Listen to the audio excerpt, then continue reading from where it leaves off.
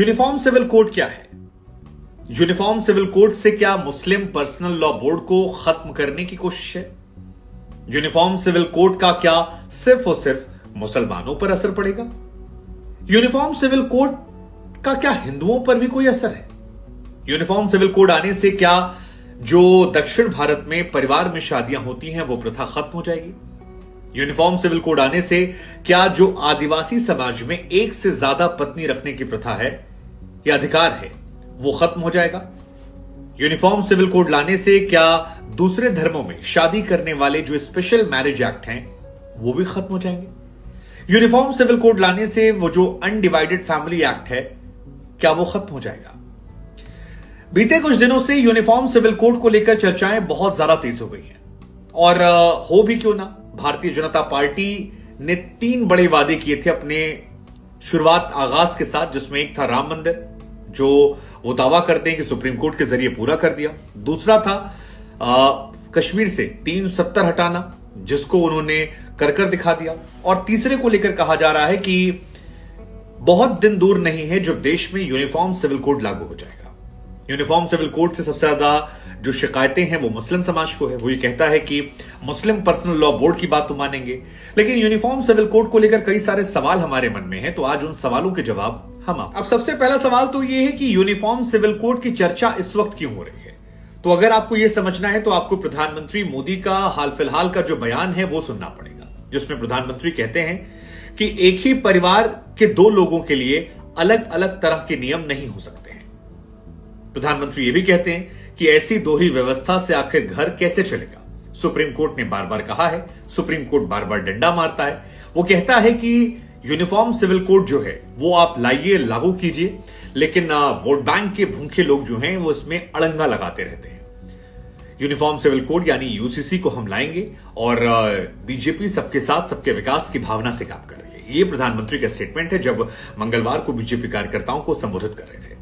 और यहीं से चर्चा तेज हो गई कि क्या बीजेपी का अगला जो बड़ा एजेंडा है वो यूनिफॉर्म सिविल कोड है।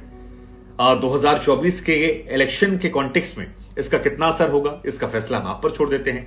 क्या यह मुसलमानों को उकसाने वाला मसला है, यह भी हम आप पर छोड़ते हैं। क्या यह देश में सबको बराबर करने का एक बड़ा मसला है, मौका है, यह भी अपने आप में एक बड़ा सवाल है जिसको लेकर चर्चा चल रही है। लेकिन अगर आपको यह समझना है तो आपको जानना पड़ेगा कि यूनिफॉर्म सिविल कोड है क्या, और यह बहुत ही आसान शब्दों में हम आपको समझाने वाले हैं। तो किसी भी देश में दरअसल 2 तरह के कानून होते हैं, एक होता है क्रिमिनल कानून और दूसरा होता है सिविल कानून।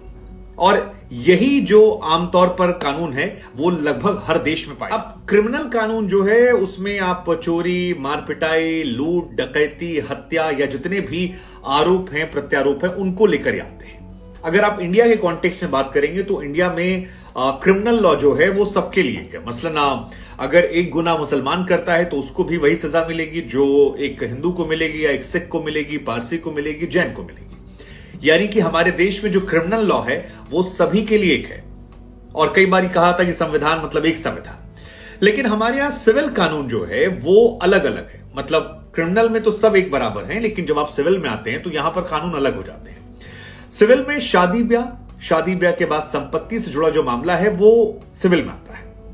अब भारत में अलग अलग धर्मों में शादी, परिवार, संपत्ति को लेकर अलग अलग रीति रिवाज हैं, अलग अलग परंपराएं हैं, और यही वजह है कि कुछ पर्सनल लॉ जो हैं वो भी इसे कहते हैं। जैसे मुसलमानों की अगर बात की जाए तो मुसलमानों का अपना एक पर्सनल लॉ बोर्ड है और उनका शादी और संपत्ति का बंटवारा जो है वो पर्सनल लॉ के हिसाब से होता है। हिंदुओं की बात की जाए तो हिंदुओं को हिंदू मैरिज एक्ट जो है उसके तहत होता है। ईसाई और सिखों के लिए भी उनका अलग एक पर्सनल लॉ है। यूनिफॉर्म सिविल कोड के जरिए कहा जा रहा है कि जो ये पर्सनल लॉ है इसे खत्म करने की कोशिश की जा रही है और कोशिश की जाएगी कि जैसे क्रिमिनल में सबके लिए कानून है वैसे ही एक कानून यहां बन जाए। यानी भारत में जो रहता है उसके लिए शादी ब्याह से लेकर सजा तक का हर किस्म का एक। इसका मतलब यह कि भारत में रहने वाला हर एक व्यक्ति जो है वो किसी भी धर्म, किसी भी जात, मजहब, पंथ का है, किसी भी जाति का है, सबको लेकर एक नियम कायदा कानून है। किसी को अलग से कोई कानून नहीं मिलेगा। मसलन जो शुभांकर के लिए है वही रिजवान के लिए होगा, आमिर के लिए होगा, वही गुरविंदर के लिए होगा, वही जोसेफ साहब के लिए भी हो जाएगा। ये कहानी है। अब फिलहाल अंतर क्या है, जैसे मुसलमानों की अगर बात की जाए तो मुस्लिम पर्सनल लॉ बोर्ड के तहत मुस्लिम पुरुष जो हैं वो 4 शादी करने की इजाजत रखते हैं। हालांकि मुस्लिम समाज की तरफ से तमाम लोग कहते हैं कि अब 4 शादियां कोई नहीं करता, लेकिन उन्हें इजाजत है इस बात की, ये कहा जाता है इस मुस्लिम पर्सनल लॉ बोर्ड की तरफ से। अगर वो करते हैं तो वो गैर कानूनी नहीं होगा, उन्हें सजा नहीं दी जाएगी कि उन्होंने 4 शादियां क्यों कर ली। लेकिन हिंदू मैरिज एक्ट के तहत अगर आप शादी कर लेते हैं अपनी पत्नी के रहते दूसरी शादी बिना डिवोर्स दिए, तो इस कानून के तहत आप पर सजा हो सकती है। ये कानून अपराध है, इसके लिए कानून रहेगा। और अब जो यूनिफॉर्म सिविल कोड की बात की जा रही है उसके जरिए अगर वो लागू होता है तो हिंदू हो या मुसलमान हो सबके लिए एक नियम कायदा कानून होगा, यानी सबके शादी का एक ही पैमाना होगा, जो हिंदू के लिए और मुसलमान के लिए। अब बहुत लंबे समय से देश में एक बड़ा वर्ग है जो बार बार कह रहा है कि इसे लागू कर दिया जाए। इसके अलावा 14 जून को 22वें लॉ कमीशन की तरफ से भी यूसीसी पर विचार विमर्श की प्रक्रिया को शुरू किया गया और इसी के बाद प्रधानमंत्री नरेंद्र मोदी की तरफ से इसको कॉन्टेक्स्ट में लिया गया और यह कहा गया कि इसकी जरूरत है, कोर्ट कह रही है, बस लोग वोट बैंक के लिए। तो सबसे पहला जवाब तो ये है कि अगर यूनिफॉर्म सिविल कोड लागू होता है तो मुस्लिम्स को जो ये अलग से शादी का या जो अगली जनरेशन को संपत्ति देने का अधिकार है, ये पूरी तरह से उनका मुस्लिम पर्सनल लॉ बोर्ड से खत्म हो जाएगा और ये भी समान तरीके से हो जाएगा जैसा बाकी देश में सभी लोगों के लिए। उसको क्या नाम दिया जाएगा, यूनिफॉर्म सिविल कोड होगा शायद, तो हिंदू मैरिज एक्ट, इन तमाम मुस्लिम पर्सनल लॉ बोर्ड ये सब एक हो जाएंगे। अब मुसलमानों का सबको पता है, 4 शादी की बात हो, संपत्ति ट्रांसफर की बात हो, शादी करने के तरीकों की बात हो, ये तमाम चीजें एक पैमाने पर आ जाएंगे।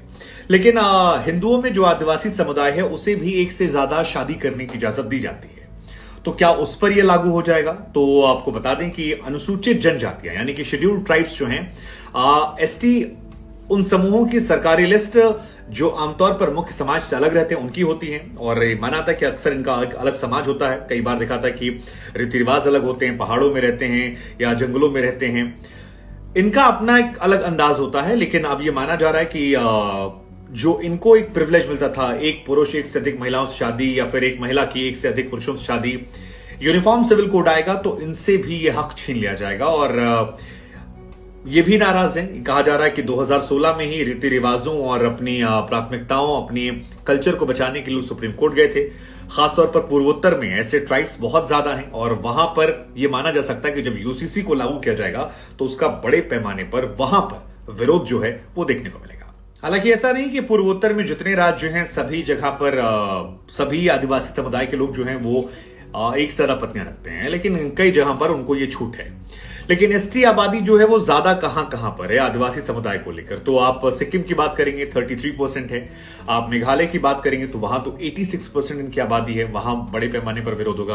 अरुणाचल में 68% है, मणिपुर में 40% है, नागालैंड में 86.5% उनकी आबादी है, त्रिपुरा में 31% है, मिजोरम की बात करेंगे तो 94% के अराउंड है, छत्तीसगढ़ में बात करेंगे 30% है, दादरा नगर हवेली में 52% है और लक्षद्वीप में तकरीबन 54% है। तो पूर्वोत्तर में इनकी आबादी बहुत ज्यादा है और ये मानकर चलिए कि वहां पर विरोध जो है वो ज्यादा हो जाएगा। हालांकि एक सवाल ये भी आता है कि शहरों में जो लिव इन कल्चर उसमें व्यवहारिक तौर पर आप कैसे रोकेंगे, क्योंकि लिव इन कल्चर तो हमने देखा है। एक सवाल और आता है कि दक्षिण भारत में जो हिंदू परिवार है जहां रिश्तेदारों में शादियां आपस में जाती हैं, क्या वो बंद हो जाएगी? क्योंकि वहां पर भी कई बार ये आरोप लगते हैं कि उनका भी एक अपना कल्चर है और कजिन्स के साथ शादियां हो जाती हैं। जैसे बिहार में मनाता है कि अभी 3.2% लोग हैं जो कजिन्स शादी करते हैं, सर्वे में रिपोर्ट आई थी। तमिलनाडु में 26% लोग ऐसे हैं जो कजिन्स में ही शादी करवा देते हैं। इसके अलावा सरकारी आंकड़ों में तमिलनाडु में 10.5% लोग ऐसे हैं जो पिता की साइड के कजिन से और 13% मम्मी की साइड के कजिन से और 3.5% महिलाएं अंकल की साइड से कजिन से वहां से शादियां कर लेते हैं। अब यूनिफॉर्म सिविल कोड लागू होगा तो इसका सबसे बड़ा असर यह होगा कि जो मुस्लिमों में कजिन से शादियां होती थी वो कजिन से शादियां नहीं कर पाएंगे और उसी तरह दक्षिण भारत में जो हिंदू परिवार भी अपने कजिन में शादियां करते थे वो कजिन वाली शादी जो है वो कैंसिल हो जाएगी। यूनिफॉर्म सिविल कोड जो है वो मुख्यतः 5 चीजों के इर्द गिर्द रहने वाला है, जिसमें सबसे पहले शादी की जो मिनिमम एज है वो हिंदू, मुसलमान, सिख, ईसाई, पारसी, जैन, एक्स्ट्रा जो जितने भी रिलीजन्स हैं सभी रिलीजन्स को लेकर एक हो जाएगी। यानी अगर हिंदुओं में वो 18 साल है तो मुस्लिम भी 18 साल होगा, जैन में 18 साल, पारसी, बौद्ध हर जगह 18 साल हो जाएगा। दूसरा है शादी के बाद विमेन के जो राइट्स होते हैं, मतलब महिला को क्या क्या अधिकार है, चाहे वो प्रॉपर्टी का हो, बाकी चीजों का हो, वो सबको लेकर एक समान होगा। ऐसा नहीं हो कि इस धर्म को लेकर अलग है, इस धर्म को लेकर अलग है।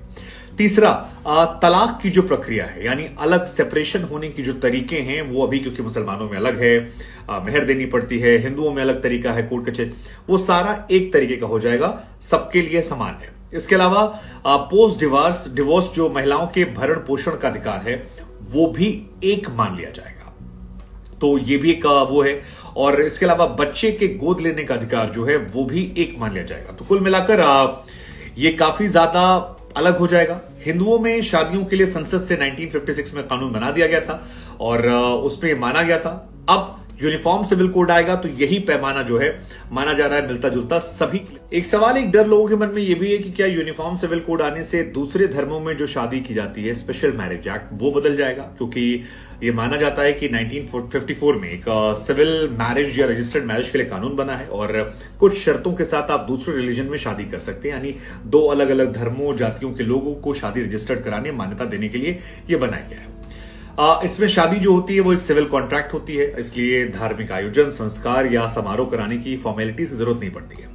अब इसको लेकर भी सवाल उठ रहे हैं कि क्या ये भी बंद हो जाएगा?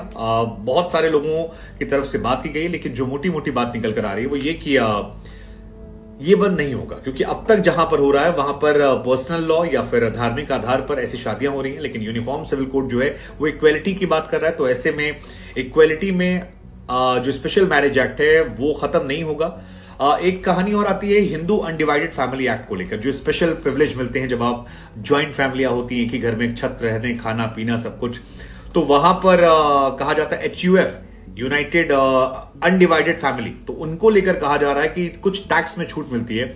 शायद ऐसा हो सकता है कि वो अनडिवाइडेड जो एक्ट है अब तक उसमें, क्योंकि हिंदुओं को प्रिविलेज मिलता है, तो शायद उसमें थोड़ा सा नुकसान हो सकता है।